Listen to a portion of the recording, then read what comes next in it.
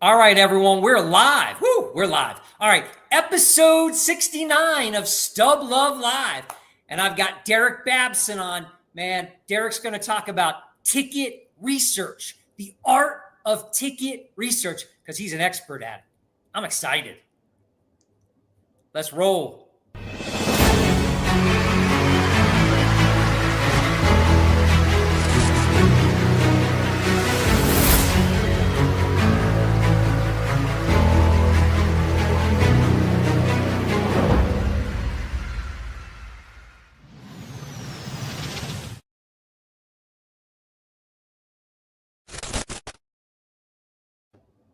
Oh, yeah. The intro still gets me, Derek, man. I'm excited when I see it. I'm so excited to have you on. So you're a really good guy. I don't know if people know Derek Babson, the name. Do they know the Round Ball Rock on IG? Or does most everyone know you as Derek Kurt on Boogers? I think they know me as just a weird guy that posts random stuff that all those tickets in that intro, I don't have any of those. And that's what makes you so special. And that's why I think so many people love you. You definitely are someone who is a niche collector, extremely unique stuff that you find, but you're finding kind of little needles in a haystack there. And I really think we all appreciate it. So kind of tell us a little bit, Derek, how you got into ticket collecting, and then we'll roll from there. So I think it's definitely in my blood. I grew up, my grandfather had an amazing toy collection. He had a whole room and had scenes developed. As a little kid, I can remember he would tell me to find certain things in his little toy collection. And so and then my dad, he's even in his house right now, he's got a bunch of toy cars that are all unique, and he's got displays everywhere. So I was natural to get into the wax era and collect all the cards and everything, and got away from it. And similar to most collectors, or some collectors, I during COVID, I got back into cards for a hot minute. It overwhelmed me. I didn't know what any of them meant. And I stumbled upon tickets, and the rest is history. Yeah, the rest is history. So, you've kind of got a little bit of a following. You've got some legs whenever you post stuff on Boogers. And I know you also sell stuff on eBay, but I normally see the stuff listed on Boogers. And, you've reached out to me with some crazy things. And not just crazy things, but great crazy things. So kind of what do you think spurred you into being like, well, I'm going to be the guy that collects the really unique tickets that no one else has found? So I think part of it was just cost. So when I first got into tickets, the stuff that I thought of, which were all those iconic moments, I was like, okay, I can't do that. But I kind of have a unique personality, I guess you can say. And so that just, it spurred into, I think it started with the lovable loser kind of mentality, and, a lot of unbreakable records that you don't necessarily want to have the record of, and then it kind of it spurred into all sorts of different directions. So I'm assuming, Derek, well, I'll give the one example. You and I were talking at one point in time, and you're like, hey, there's this great ticket that I have. It's a Chicago White Sox ticket, and it's called the Dick Allen Chili Dog Game. And I'm like, well, I like Dick Allen because, he was a Philly. I don't really have anything Dick Allen. It was when he was with the White Sox, but I never heard of the Chili Dog Game. So before you get into it, I Google Dick Allen Chili Dog Game, and I'm like, whoa, this is a really big thing within the kind of White Sox community. And before you know it, you and I are doing a deal for a Dick Allen Chili Dog Game ticket. For sure. And I do need to give Tony credit, because that's a Tony Swan find for sure. Like any good White Sox ticket. So he, I think for some of the collectors in the group, obviously there's a lot of collectors doing amazing research. Jeremy's just one of them that I can think of offhand. But, I think for some of them, like some people had these dust this dust collecting on these tickets, like, oh, I forgot about that thing, like, I guess that might be worth something, So I think that's a lot of it, is a lot of these collectors have these and not thinking anything of it. And it's, a random date, but it has a random record that, a handful of people might enjoy, like myself. So let me ask you this, Derek. So the researching of tickets. So it's something that I will occasionally do. Like, if there's something that I see pop up and I'm like, oh, okay, that's a pretty cool moment. I don't think I've ever seen that before. I'll definitely make it an eBay search, and, I'll go to some of my sources and try to make sure that, well, let me just see. I'm getting texted by Darren Ravel, so I just want to make sure. Oh, he's saying we're not seeing comments. Hold on a second. Let me get the comments up. Okay. Well, you can comment, Darren, if you're watching. The comments are here. So I get to show the comments on stage when they come up. So, yeah, I mean, we go ahead and these kind of, unique tickets, I love them. I mean, I absolutely 100% love them. I will do some research to find some of these things. I won't be able to do research to find what you find. And I guess the question, and I'm kind of bowing down to you when I say it. So what in the world are you doing to find what you're finding? Because you're finding some very, very unique tickets. So I think I just go down rabbit holes, and it might just be a thought that I get in my mind. I could be watching a sporting event and someone could say something, someone could do something, and it just sparks my mind, whatever that may be. And it could be a moment. It could be, something like, for example, like, a penalty happens, right? And then you're like, oh, I wonder when the last time, or I wonder when the first time that happened, right? And it just, spurs into something. So I think, for as many cool things I find, I've quickly realized that there's more things that are going to get you to dead ends, or at least maybe pause you to like, okay, I can't find this specifically, but maybe, I'll just, put a little pin in it and go back to it, So I feel like for every search that I find successfully, and sometimes when I thought was successful isn't successful. And also at the same point, I've probably got 100 things right now that are still pending. You know what I mean? So when you say things that are still pending, yeah, meaning events that you've got saved, but you haven't found a ticket for. Correct. I have an event in mind, but I'm still working on, and I'm using the help of the ticket community too, in this sense of trying to find the exact moment, the exact game, the exact time.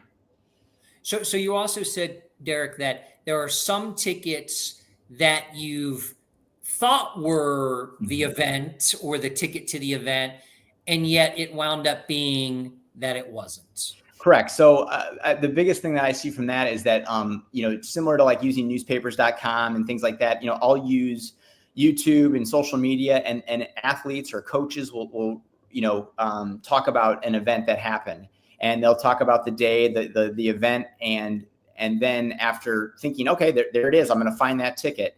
And then you later find out that maybe after using a more legitimate resource, like newspapers.com or what have you, that was not correct because their story doesn't line up with the actual event itself. Yeah. So it's kind of interesting because I know that going back to like 1947 and some discussions about Jackie Robinson and Enos Slaughter, that, Enos Slaughter had stamped or stomped his cleat on Jackie Robinson's foot, and it was a big deal, and it was, racially or had racial motivations in it. And then there was some discussion. Enos Slaughter went on the Larry King show and said that after the fact, and this is a Sean Doherty story, that, Enos Slaughter was sliding into second, and Jackie caught the ball and smashed the ball into his face and broke a couple of his teeth. And, Sean's been desperately trying to find some article that linked that up. And you would think that there would at least be something that would talk about, Slaughter got removed from the game. Slaughter had an injury. Slaughter had to go see the dentist. Yeah. Not there. So I guess the question is did it really happen? Right. Was it of the magnitude that Slaughter says it was on Larry King, or was it just nonsense? Yep, for sure, for sure. I think again, going back to the ticket community, they can fact check me too, and I've been fact checked incorrectly, and I've even been, gotten something slabbed by PSA, and then I've found out later that they probably shouldn't have slabbed it because it wasn't the case, So yeah, it's definitely, you cross your fingers that whatever you find, it actually is legit for years to come. I know. Yeah. I mean, I've seen that happen before, but I think we're all working pretty hard, and it shows that not everyone's perfect. I kind of think it makes ticket collecting pretty cool. So I want to give a shout out here. I got a shirt that was sent to me, and it's TKD tickets. And, I got to tell you, Tom Daly, big collector, I haven't seen one of these out in the wild yet. So I had to wear it and represent a little bit tonight. So you find most of your stuff research-wise through either contacts and connections with other ticket collectors, boogers, or are you really predominantly using newspapers.com? Yeah, I would say it's mostly, I'll always start with Google search. I think that's like first and foremost, because if you can find like a very popular article that relates to a story that, you may not know about, but the internet does, then that's always like your first, like, okay, that's a slam dunk. And then if you can't, then I go to, like newspapers.com. And if I still can't find anything, then I will kind of, go through social media sites and things like that. And then sometimes you're just dry and you just, like I said, put a pin on it for the moment. Have you used AI and this ChatGPT and stuff like that? A little bit, to a certain extent. You kind of have to take it with a grain of salt sometimes, just because like most people with AI, it's got some bumps, so it doesn't necessarily like turn my process any quicker. Gotcha. It's just another source to maybe use as something that, springs me to another site or another source. Yeah. My buddy, Rob Pagan, he's been on the show, great ticket collector. Rob's like, well, you're a cheapo, because a lot of times I go on the free, AI sources, and it's not always so accurate. He's like, you have to actually pay for one of these AI sources, and they're not perfect, but they're certainly a little better. So like when he's researching stuff, maybe it's just a cop out for me not to have to do the research and just ask Rob to help me out. But, Rob's going on these paid AI sites, and he's finding some of the events and some of the things that pop up. And most of the time they're really very accurate. So, I guess that's maybe the way to do research in the future. Well, to be honest with you, I think I'm a little like, it also kind of takes a little bit of the fun out of it. That's part of the fun is you, when you get really deep and then you just find that one thing that completely proves what you were looking for. And to me, like, that's the rush, that ultimately, like, that's the rush. And then obviously when you go then find it, and then you can go on eBay or what have you, and then find it, you know what I mean? It is just another rush in itself. So I think with AI, it's still cool. Because you got to think of a thought that might be something, but it just takes all that work out of it, I guess. Yeah, I am a cheapo sometimes when it comes to things. So yeah, I'm happy that Rob's actually listening live tonight, because he normally doesn't. He normally listens at his office the following day. So you being on the show, Derek, was probably a big reason why he actually I'm flattered. Robert and I have the same interest in a lot of tickets, so I appreciate that. Yeah. So let's talk a little bit about tickets, Derek. So you found some really crazy and amazing stuff. So why don't you show us some of your cool finds? Okay. So I'm going to start first with like a little bit of a theme. And these are somewhat freshly slabbed by PSA. So similar to like a pigeonhole that I get on. One thing that I've gotten into is equipment, sport equipment. Right. And the first or the last or what have you. And there's some famous ones out there for sure. One of which, this one's pretty cool. So this is, when I bought it, it was a slab, but it wasn't obviously what it is now. And it was at a time when PSA didn't slab it as a not valid for admission, which was kind of a bummer. And then when I got it slabbed, it said not valid for admission. But this is a 1941. Let me open it up a little bit. Okay. Yeah, go ahead. Okay. So bring it back a little bit. Yeah, Yep. bring it back to yourself. Yeah, but a little bit further up. Yeah, perfect, perfect, perfect. Yeah, All right. 1941. Maybe turn it a hair. You're getting a little glare. Yeah, that's great. Okay, tell us what it is. All right. So it's a 1941 NFL championship game. It's when the Bears played, I believe, the New York Giants. And this was a week after, I'm sorry, it was 2 weeks after D-Day. And Dick Plasma at the time was a gentleman who was still not wearing a helmet. And what's interesting about him is that he actually a few years earlier had a really, really bad injury where he ran into the ivy wall at Wrigley. I mean, it completely bashed his head open and still not wearing a helmet. And so this was the last game of the season, and he still didn't wear a helmet. And the war happened, and there obviously was a delay in the NFL for a few years. And when they came back, they required helmets. So kind of by, I don't want to say by luck, but by just the circumstances, he was the last to wear, he was the last helmetless player in the NFL. It's great. Tom throws out the Dick Plasma is an amazing name. I mean, it almost feels like it's not real. Yeah, yeah, for sure. What year was that ticket, Derek? 1941, December 21st. There actually is another one on eBay right now, unslabbed, that someone is selling. But I have not found a ticket to the game. This is my closest one to it. But yeah, it's a pretty fun one.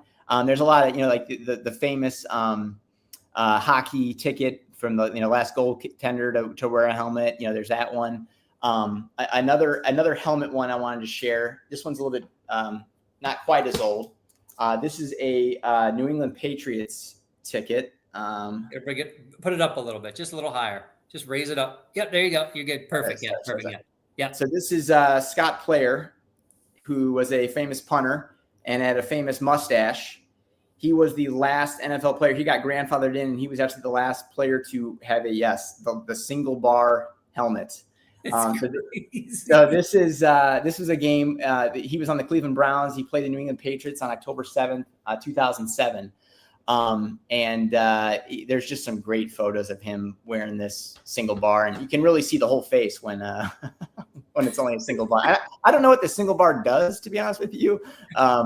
Probably not that much, Derek, which is probably the reason why it's no longer allowed in the NFL. Correct. So I've got a few others I'm working on, but those are a couple of my favorite ones. This one I love because I think baseball, I feel like is one of those sports. I feel like, especially in the ticket communities, it's kind of like, I feel like baseball rules, and anything you can get baseball, like it's pretty cool. So this one, I started thinking about batting gloves, right?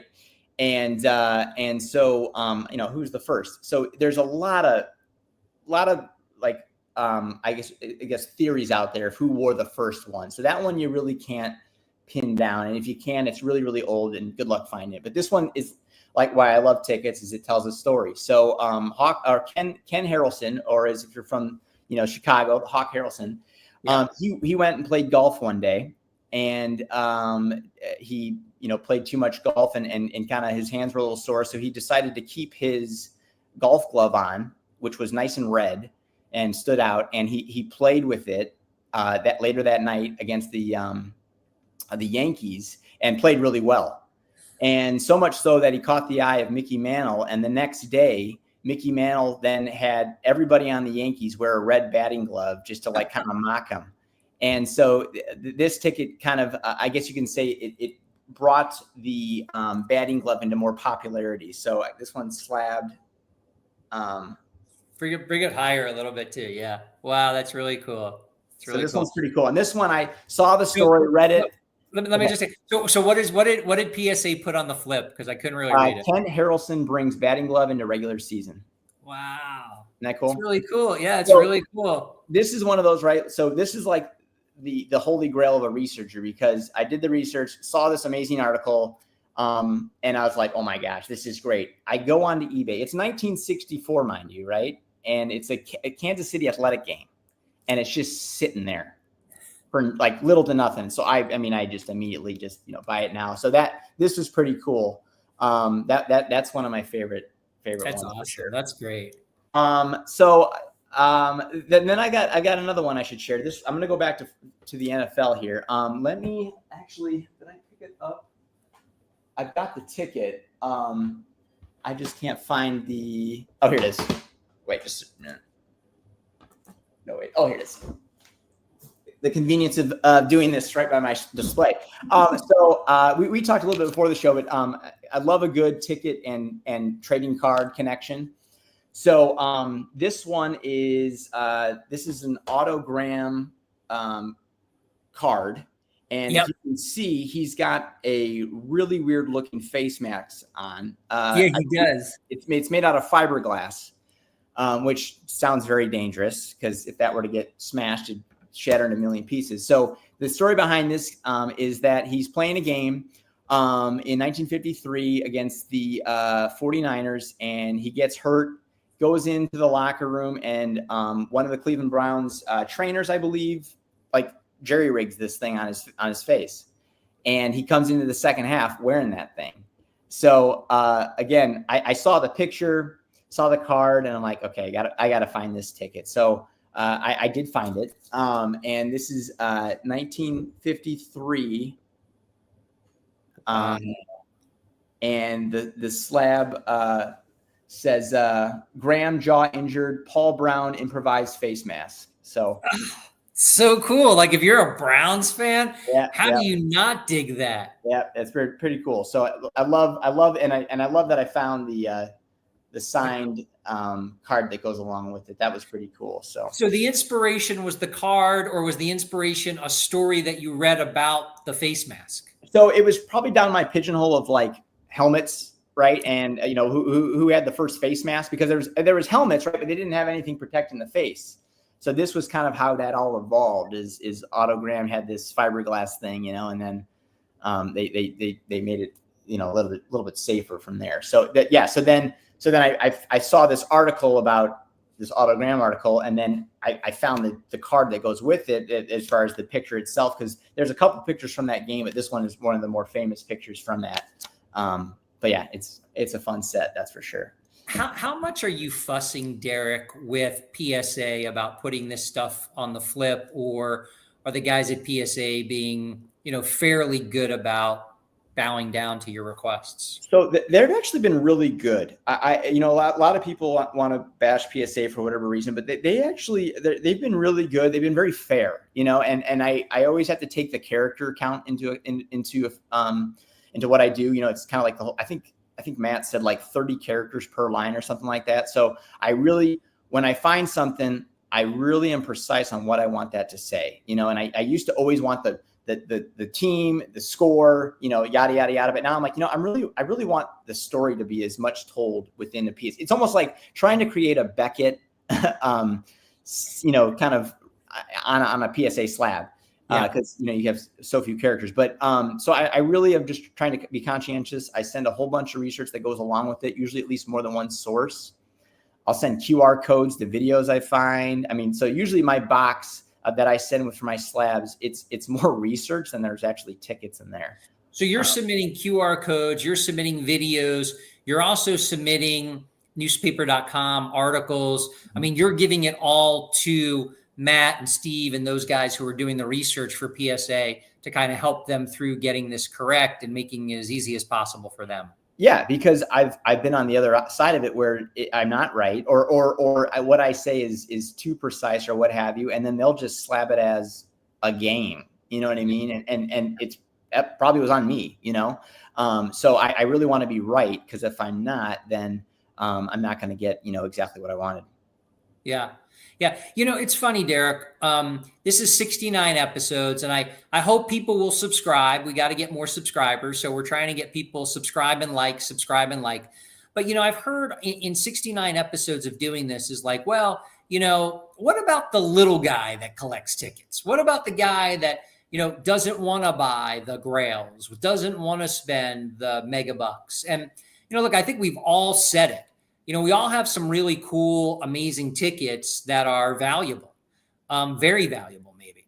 But at the same time, picking up tickets like this, the more inexpensive, more niche tickets. Look, I find it fascinating, and I love to collect these tickets in some cases as much or even more than collecting the Grail. So I've always had a lot of people say, well, you got to have a guest on that isn't talking about Mickey Mantle debuts and Jackie Robinson debuts and the biggest moments, the Wilt 100 and the called shots. And I'm super happy to have someone on talking about fiberglass face masks that Otto Graham wore, and chili dog hot dogs, chili dog tickets, from Dick Allen. But I guess my question to you, Derek, is I'm assuming that most of these tickets are pretty inexpensive. Yeah, some are. I mean, some of the older ones are, things that are just harder to find. Like you can't just wait for another one just to pop up. Or if you do, you might be lucky. But so it depends. It really depends on like how cool I think it actually is, because, the value of some of these things are kind of arbitrary at this point, right? I mean, when I sell something, a lot of times I'm not looking at past sales because there's nothing to use, Right. No comps on the Otto Graham helmet ticket. Yeah. So the way I see it is that obviously I'm going to factor in what I paid for it. I'm going to factor in if I slab it. And then I kind of factor in like, okay, like there's a little bit of a grind that goes with this. So it's like, I'm going to factor that into it too, So, but I feel like I'm willing to work with collectors too. I want to try and be fair because it's fun to share this stuff too. And anything that I sell, it's either something I truly don't love anymore, or I have another one of it and I'm willing to let it go.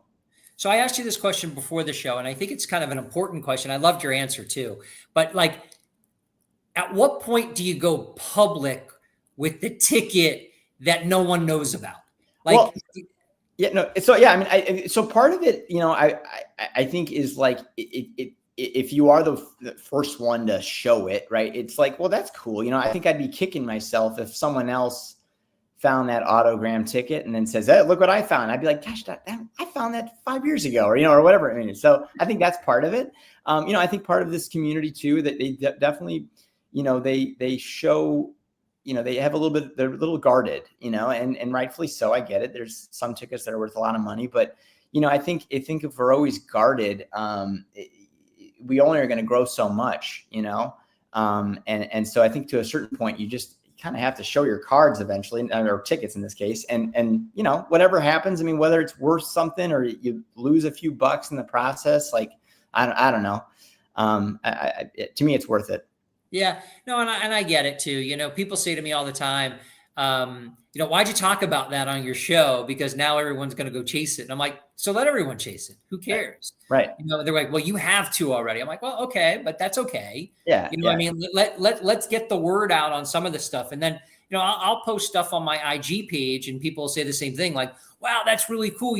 I picked one of those up, or I found that for $25. And I'm like, that's super cool. Now you and I both have it. Or someone will call me and say, hey, I found one and so did my buddy, or I picked up two because my buddy's a collector and, they were inexpensive tickets. I hope PSA will slab it the way they slabbed yours. And I'm like, I'm sure they will. And, kind of make someone really happy. For sure. And it's a fine balance. Like when especially if it's someone that asks questions like, well, what is this? Why do you want this ticket? And it's, you don't obviously want to lie, but at the same time, like if I just tell them what it is, right. I mean, then there you go. Have my story, so I it's a dance, but that's why if I do try and, if someone offers me a ticket and they don't ask, or if they ask, I try and be fair with what I want for it. Yeah. I'm not trying to, jip anybody off.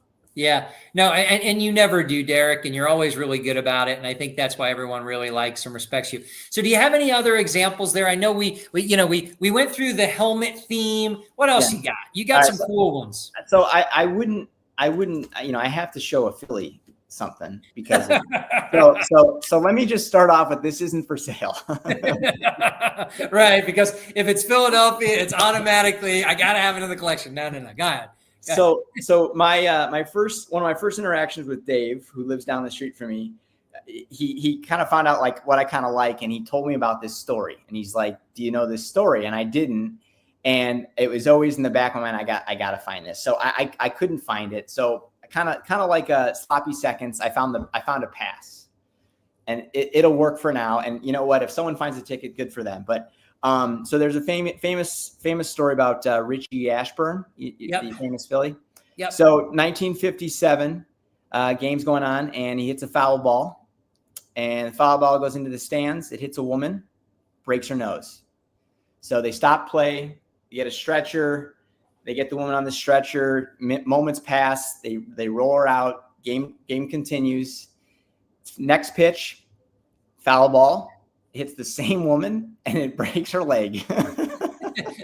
Same player, same woman, same at bat. Yeah. That's great. Yeah. Two broken bones. So I found the pass that's valid for admissions for Phillies 1957. So I would have gotten into any Phillies game. And I got it slabbed at fan hit by 2 foul balls and same Richie Ashburn at bat, 8-17. So very cool. Yeah, and when I was working with PSA, Matt was like, "Hey, we can't fit the woman's name." I'm like, "That's okay." No one knows the woman's name. Yeah. That's not necessary. Yeah. What's great about that story is similar to like nowadays, like just the thing that came out earlier this week where the woman went all Karen on the young kid and took the ball, and so ruined her life. And, then that team went up and, gave that boy, everything in the world. So similar to this situation, Richie actually continued to have a relationship with sending that woman and her sending cards back to him every Christmas and birthday until she passed away. So that was pretty cool that they continued communicating. Derek, you should have called me when that Phillies Karen fan stole the home run ball, because that was in Miami. If you would have called me, I would have driven down to the stadium and seen if I could have had them print some of the Phillies Karen tickets. Oh, and PSA would have slapped that Karen for sure. Oh yeah, and I think the Marlins will print if you push them hard. Yeah. Or throw some cash towards one of the people in the boost there. But those would have been cool to have. Phillies Karen fan steals home run. Yep. So really nice comment here from Tom about you. So I want to show that, just the fact that you're as honest as the day is long. Really have helped other people out. You've helped me out. And, I think that's absolutely one of the reasons why, I wanted to have you on the show. I wanted to kind of, well, do you have anything else there? I'm sure you got a couple of more, and then let's run the gauntlet. You had asked one thing about, is you got anything unslabbed that you're going to send in? So I do have one. I love a good preseason ticket, especially when it means something. So this is the Green Bay Packers and the Chicago Bears, 1974, August 17th. And as a, unfortunately, Bears fan, we can claim that we have never drafted a serial killer.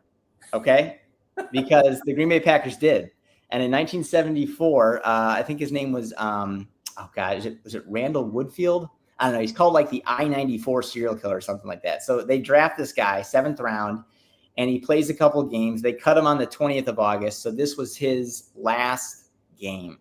So as a Bears fan, when they do beat us twice this year, I'm sure I can say, well, you drafted a serial killer. So do you have that Menendez brothers ticket there, or do you not have that? I do. Let me get it. If we're going to talk about killers, whether it was justified or not, let's break out the Menendez brothers ticket, because I think that's a really cool one. So this is the card. So this card was originally famous for it was the it went down to the final milliseconds of the game, and I can't think of what it's called. There's a famous saying for it. Someone on here might know it, but I bought this as that ticket because it changed the way that they displayed the milliseconds on the game clock for the NBA.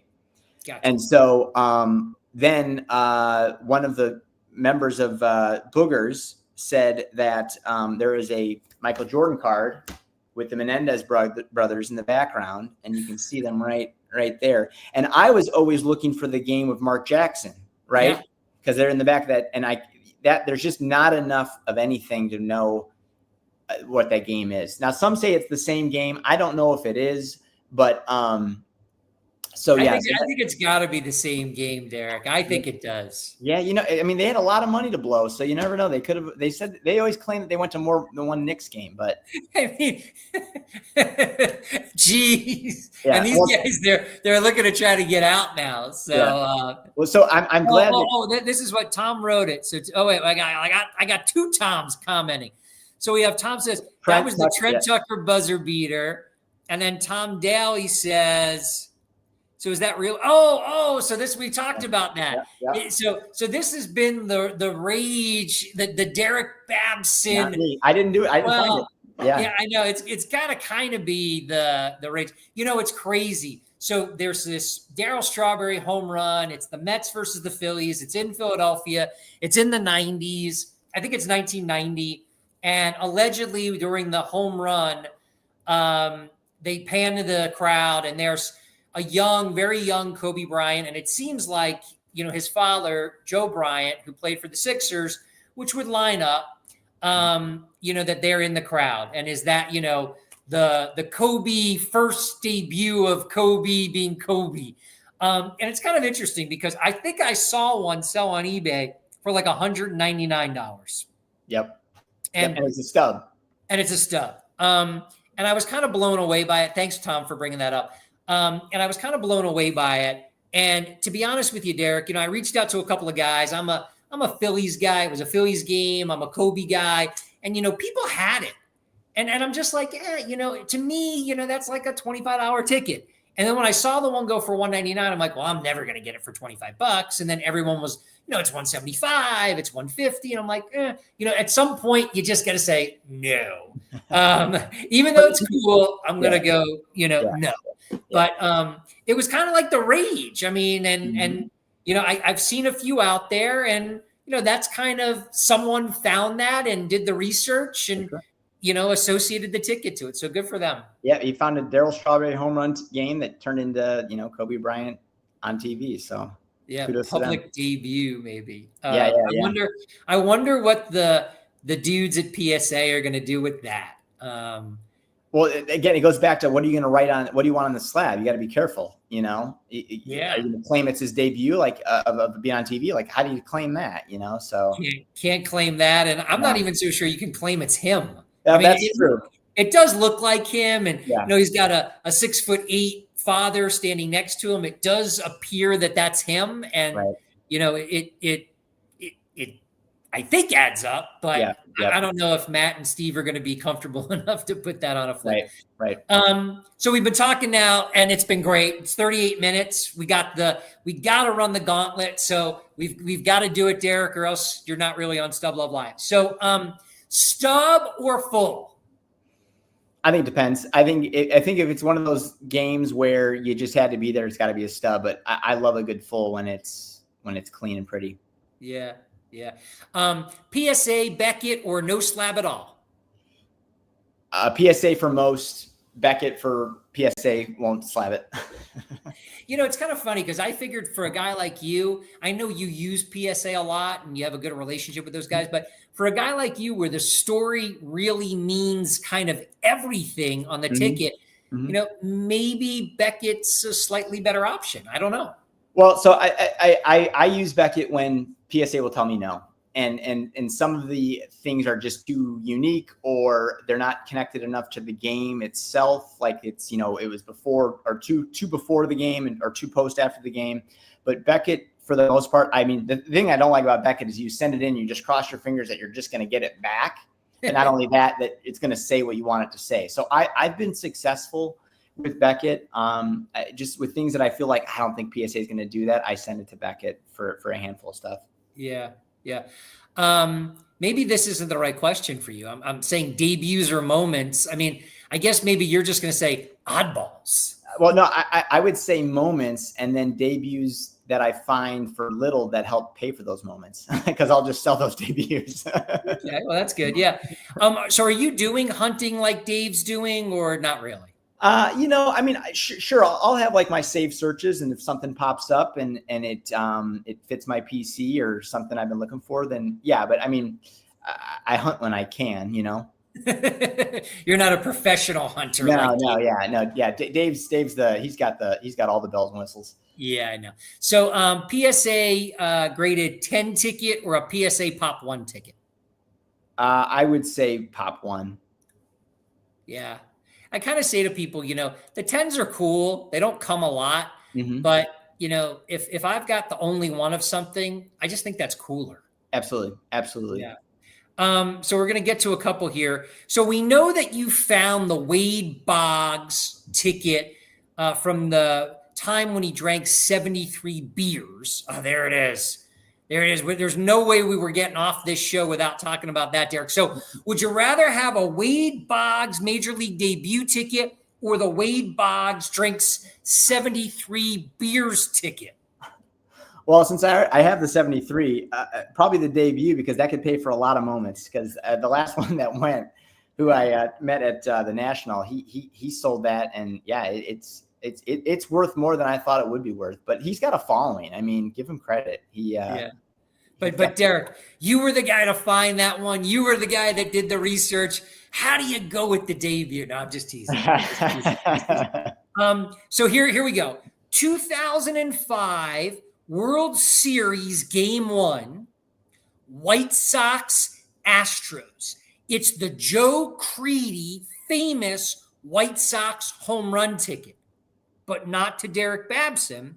To Derek Babson, it is Pope Leo in attendance at the World Series. Well, how Derek, are you finding Pope Leo at the World Series? So similar to that Kobe moment, that came out shortly after he became Pope, and it was like this, this snapshot, and someone found it, and then it was like a rush to find any World Series Game 1 ticket.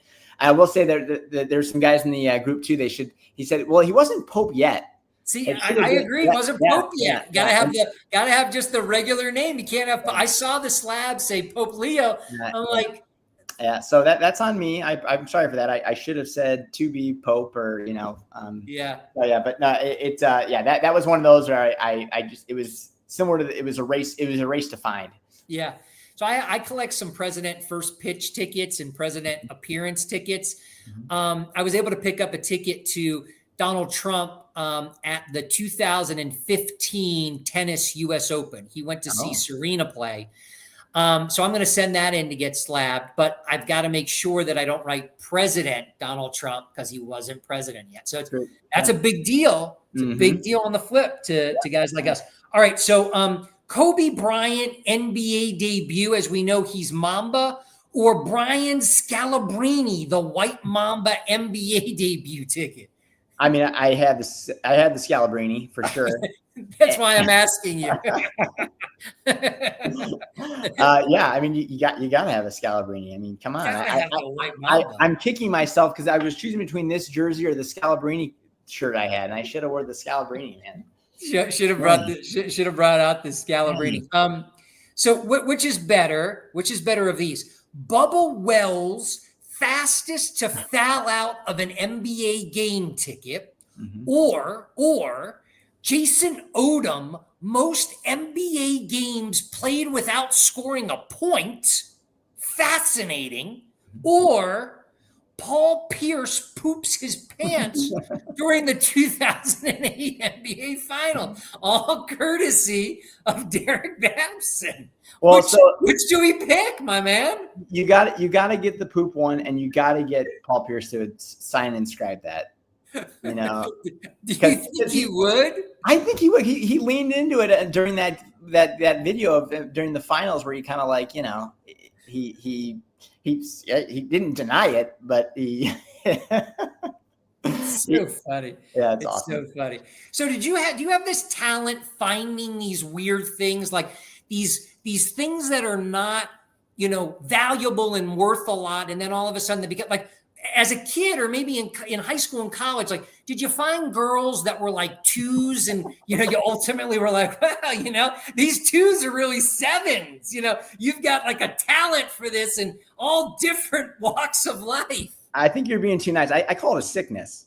It may be a sickness. I don't know. So actually, so Howard and I spoke before this a couple of days ago, kind of doing prep.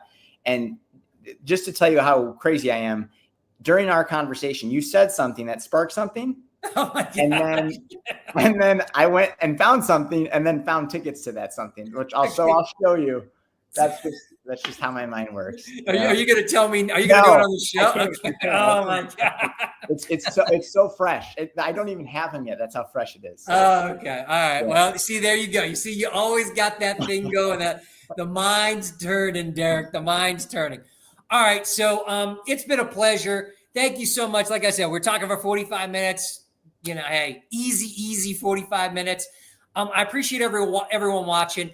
Episode 69 of Stub Luv Live with Derek Babson, also Round Ball Rock, also Derek Kurt on Boogers. Whatever it is, you got to find him. Really good dude. I like him.